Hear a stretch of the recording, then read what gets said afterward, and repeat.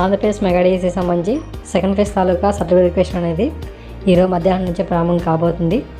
అధికారిక వెబ్సైట్లో మీ లాగిన్స్లో call letters అనేది పొందుపరచడం జరిగింది. మీకు అవగాహన అయితే ఉంటుంది.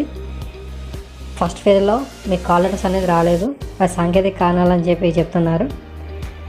మెరిట్ జాబితా ప్రకారంగా మీకు మీ యొక్క జిల్లాల్లో ఉన్నటువంటి పోస్టుల బట్టి మీకు ఒక అంచనా అయితే వచ్చేస్తుంది. ఆల్రెడీ మెరిట్ లిస్ట్ అయితే రిలీజ్ చేశారు కాబట్టి సర్టిఫికేట్ వెరిఫికేషన్కి మీకు కాల్ లెటర్స్ రాలేదని చెప్పి కూడా మీరు పలు ఫిర్యాదులు ప్రభుత్వానికి పంపించడం జరిగింది.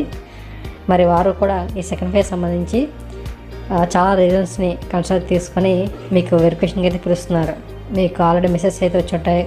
అంతేకాకుండా అఫీషియల్ వెబ్సైట్లో కాల్ లెటర్స్ అనేవి అందుబాటులో ఉన్నాయి. మీకు కాల్ లెటర్ కూడా ఎలా ఉందని చూపిస్తాను.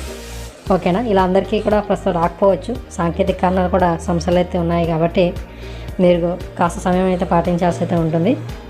ఫస్ట్ ఫేజ్లో ఎవరైతే అభ్యర్థులు ప్రాపర్ డాక్యుమెంట్స్ అయితే సబ్మిట్ చేయలేదో మెరిట్ జాబితాలో మరొకరికి అవకాశం ఇస్తున్నారు. చాలామంది మెరిట్ జాబితాలో పేర్లున్నప్పటికీ కూడాను, కాల్ లెటర్స్ పంపించినప్పటికీ కూడాను వారు వెరిఫికేషన్కి అయితే వెళ్ళలేదు. సో వారు కూడా కాంపిటీషన్ నుంచి పోతారు. సో తర్వాత మెరిట్ అభ్యర్థి ఎవరైతే ఉన్నారో వారికి ఆ అవకాశం అయితే ఉంటుంది. అప్లికేషన్ సబ్మిట్ చేసేటప్పుడు ప్రాపర్ డీటెయిల్స్ అయితే సబ్మిట్ చేయలేదు, కానీ జాబ్ కొట్టేశారు. వెరిఫికేషన్కి వెళ్ళినప్పుడు తను చదువుకున్న స్టడీస్కి తను సంపాదించుకున్న పోస్ట్కి సంబంధం లేకపోవడం వల్ల అలా పలు కారణాలతో రిజెక్ట్ అయ్యాయి.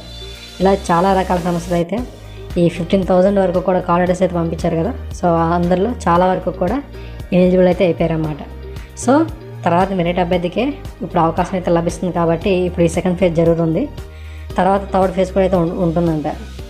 సో సెకండ్ ఫేజ్ అయిన తర్వాత థర్డ్ ఫేజ్ కూడా ఉంటుంది.